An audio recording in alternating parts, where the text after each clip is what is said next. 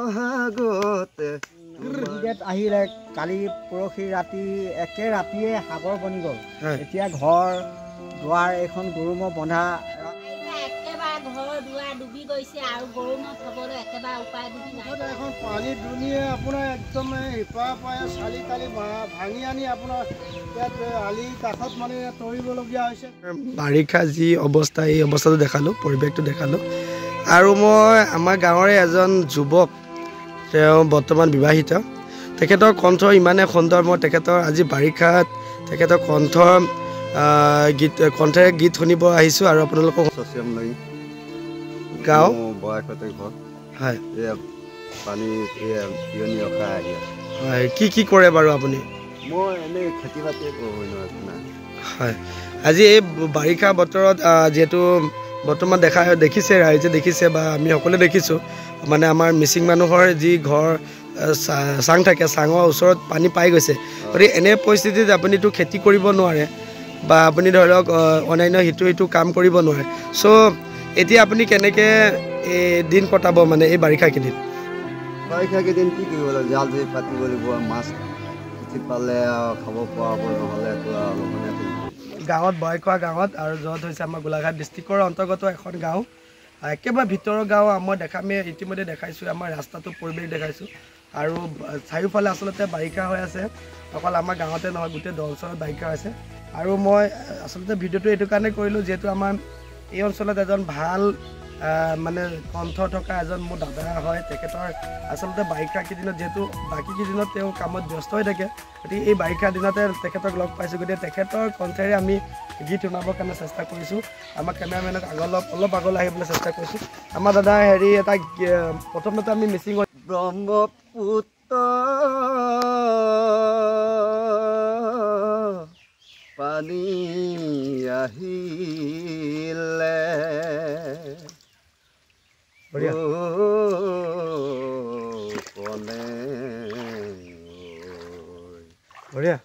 ৰাইজে যাব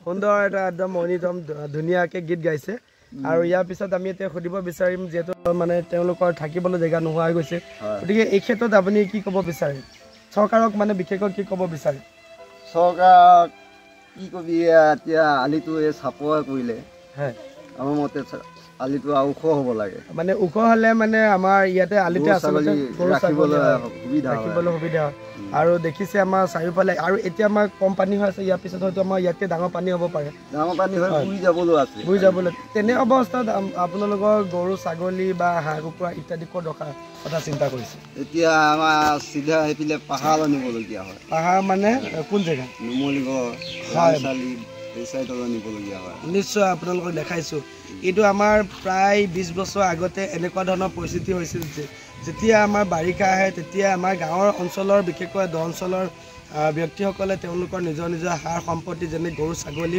ইত্যাদি তেওঁলোকৰ জীৱন ৰক্ষা পাবৰ বাবে তথা তেনেকুৱা ধৰণৰ সমস্যাৰ পৰা সমাধান কৰিবৰ কাৰণে আমাৰ ওখ ঠাইলৈ নিবলগীয়া হয় আৰু ওখ ঠাই হিচাপে আমি আমাৰ গাঁৱৰ পৰা বিশেষকৈ আমাৰ 20-30 কিলোমিটাৰ অন্তৰ্গত থকা আমাৰ নুমলীগড় এৰিয়ালৈ নিবলগীয়া বহুত কষ্টৰে অৰ্থাৎ জীৱন কটাই আৰু 20 বছৰ ভিতৰত আমি তেনেকুৱা ধৰণৰ সমস্যা আমি দেখিবলৈ পোৱা নাছিলোঁ কিন্তু আমাৰ 20 বছৰৰ পিছত আমি যদি ক'ব বিচাৰোঁ এইটো বাৰিষা প্ৰথম বুলি ক'ব পাৰি য'ত আমাৰ আগৰ বাৰিষা পানীতকৈ এইটো বাৰিষা যথেষ্ট পানী ডাঙৰ হৈছে আৰু আমি গৰু ম'হৰ যি সমস্যা সেই সমস্যাখিনি দেখিবলৈ পোৱা গৈছে গতিকে আমাৰ যদি চৰকাৰে ধৰক আমাৰ ৰাস্তাটো যদি ডাঙৰ ওখকৈ যদি বনাই দিলেহেঁতেন তেতিয়া সেই আগৰ যি আমি 20 বছৰ যি সমস্যা আমি ভুগিছিলোঁ সেই সমস্যা হয়তো আমি এই বছৰত আমি ভুগিবলগীয়া নহ'লহেঁতেন নিশ্চয় হয়নে মই ঠিকেই কৈছোঁ গতিকে আৰু অকল যে গৰু ম'হৰ সমস্যা এনেকৈ নহয় আমাৰ মানুহৰ সমস্যা আছে মানুহৰ সমস্যা বিভিন্ন ধৰণৰ সমস্যা আছে তাত আমাৰ খোৱা বোৱাৰ পৰা ধৰি শৌচ পেচাব কৰাৰ ক্ষেত্ৰত দেখিছে মই কেমেৰামেনক দেখাম যে লেট্ৰিনকেইটা ডুবি আছে গতিকে এনেকুৱা লেট্ৰিনত আমাৰ মানুহে কেনেধৰণে শৌচ কৰিব গতিকে আমি চৰকাৰৰ পৰা আপুনি কেনেধৰণৰ আশা কৰিব যে আমাৰ শৌচ পেচাবৰ কাৰণে কেনেকুৱা ধৰণৰ লেট্ৰিনৰ আশা কৰিব মই ভবা মতে চুবুৰীয়ে হয় যাতে এনেকৈ ওখ লেট্ৰিন বাথৰুম ব্যৱস্থা কৰি দিলে ভাল হয় যেন পাওঁ। হয়, যিহেতু আপোনালোকে দেখাইছে আমি পানীৰ মাজত আছোঁ আৰু আমাৰ সকলোৱে কৈ থাকে যে এই পানীৰ পৰা বা বিভিন্ন ধৰণৰ মহৰ পৰা আমাৰ বিভিন্ন ধৰণৰ বেমাৰ হ'ব পাৰে। গতিকে এনে ক্ষেত্ৰত আমাৰ যদি লেট্ৰিন কৰিবলৈ বা শৌচ কৰিবলৈ যদি আমাৰ শৌচালয় নাথাকে, তেনে অৱস্থাত আমাৰ গাঁৱৰ পৰা ধৰি অঞ্চলৰ সকলো ব্যক্তি বিভিন্ন ৰোগত ভুগিব পাৰে। গতিকে আপুনি যিটো কৈছে হয়, আমাক যদি একদম চুবুৰীয়া মানে চুকে চুকে যদি আমাৰ একোটা ধৰক লেট্ৰিনৰ ব্যৱস্থা কৰিলেহেঁতেন, ধৰক পানীৰ ব্যৱস্থা কৰিলেহেঁতেন, তেতিয়া আমাৰ নিশ্চয় আমাৰ অঞ্চলৰ মানুহখিনি যথেষ্ট সকাহ পালেহেঁতেন বা তেনেকুৱা ধৰণৰ সমস্যাৰ পৰা তেওঁলোকে বাচিলেহেঁতেন। হয়, নিশ্চয় আমাৰ দৰ্শকসকলে নিশ্চয় বুজি পাইছে যে আমি কেনেকুৱা ধৰণৰ অৱস্থাত ভুগি আছোঁ। ইতিমধ্যে আপোনালোকক দেখাম খাবৰ কাৰণে পানীৰ ব্যৱস্থা নাই, তেওঁলোকে নদীৰ পানী খাব লগা হৈছে। আৰু নদীৰ পানী বিশেষকৈ তেওঁলোকৰ কিছুমানৰ ঘৰততো ফিল্টাৰো নাই, হয় নাই? গতিকে তেনে অৱস্থাত তেওঁলোকেতো নদীৰ পানী খাইছে।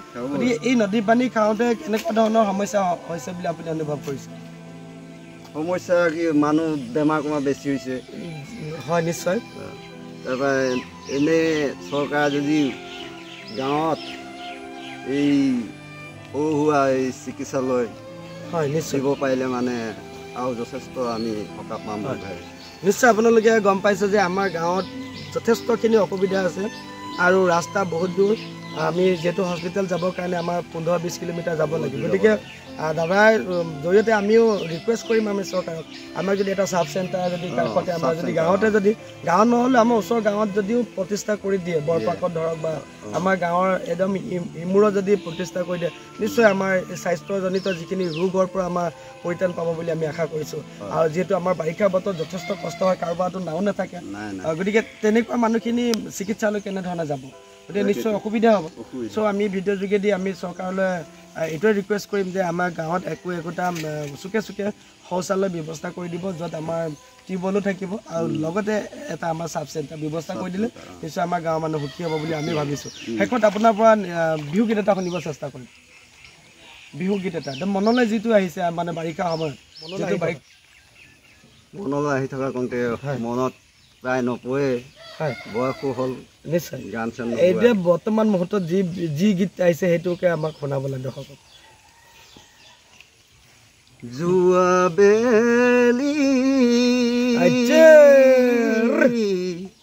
বহাগতে তোমাৰ মোৰে চিনাকিতে সময় নহ'ল যাবলৈ, তোমাক মৰম দিবলৈ, ইয়াতে হাঁহিছো মই আশায়ে তুলি, ইয়াতে ৰাখিছো মই আশায়ে তুলি, মোৰ কনেং জানানে তুমিয়ে মোৰ হৃদয়ৰে। একদম সুন্দৰ হৈছে, একদম ধুনীয়া হৈছে আৰু আশা কৰিছোঁ ইমান সুন্দৰ কণ্ঠ আমাৰ গাঁৱত বিশেষকৈ সোমাই আছিল। গতিকে মই আজি উলিয়াবলৈ চেষ্টা কৰিছোঁ তেখেতৰ কণ্ঠ আমি চাৰিওফালে।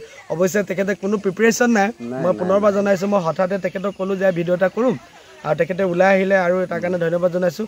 আশা কৰিছোঁ নেক্সট ভিডিঅ'ত তেখেতৰ পৰা আমি ভাল ভাল গীত শুনিম আৰু নেক্সট ভিডিঅ' আমি লৈ আহিম। যিহেতু আমি বাৰিষাৰ পাছতে হয়তো আমি তেখেতক লগ কৰি আমাৰ যিহেতু খেতি পথাৰ আহিব, গতিকে খেতি পথাৰৰ মাজত তেখেতে খেতিও কৰে, গতিকে সকলোখিনি দেখাবলৈ চেষ্টা কৰিম। আৰু শেষত আমাৰ ভিডিঅ' যোগেদি দৰ্শকক কি ক'ব বিচাৰিম, গাঁৱৰ হয় কি ক'ব বিচাৰিম?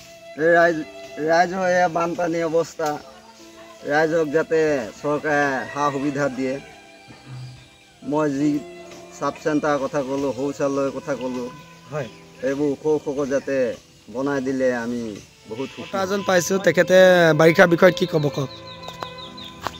বাৰিষাৰ বিষয়ে এতিয়া চাৰিওফালে বাৰিষা দেখি আছে, হয় চাৰিওফালে গোটেই পানী। এনে ইমিডিয়েট আহিলে কালি পৰহি ৰাতি একে ৰাতিয়ে সাগৰ বনি গ'ল। এতিয়া ঘৰ দুৱাৰ এইখন গৰু ম'হ বন্ধা ৰাস্তা পদূলি বুৰিবলৈ হৈ গ'ল। হয় হয় এতিয়া সমস্যা বহুত যন্ত্ৰণাত ভুগিব লগা হৈছে ৰাইজে। হয় হয় গৰু ছাগলী সকলো জীৱ জন্তুৰ কাৰণে এতিয়া অসুবিধা হৈ গ'ল। ইয়াৰ বাবে চৰকাৰ আমাৰ মহোদয়সকলে অতি সোনকালে আমাক ব্যৱস্থা কৰি দিব লাগে। এতিয়া আমাৰ ইয়াত ৰাস্তাটো যিহেতু আৰু অকণমান পানী হোৱাৰ পিছত ডুবি যোৱা চান্স এটা আছে, গতিকে এনেকৈ ৰাস্তাটো ডুবি গ'লে আমি আপোনালোকৰ গৰু ম'হ ছাগলী ক'ত ৰখাৰ ব্যৱস্থা কৰিব? এইটো ৰাখিবৰ কাৰণে ব্যৱস্থা একোৱেই উপায় নাই দেখিছোঁ। এতিয়া কি হ'ব তাকে ভাবিব পৰা নাই। গতিকে তেনে স্বত্বত আপোনালোকে কি কৰিব? যিহেতু গৰুৰ জীৱনটো বচাব লাগিব।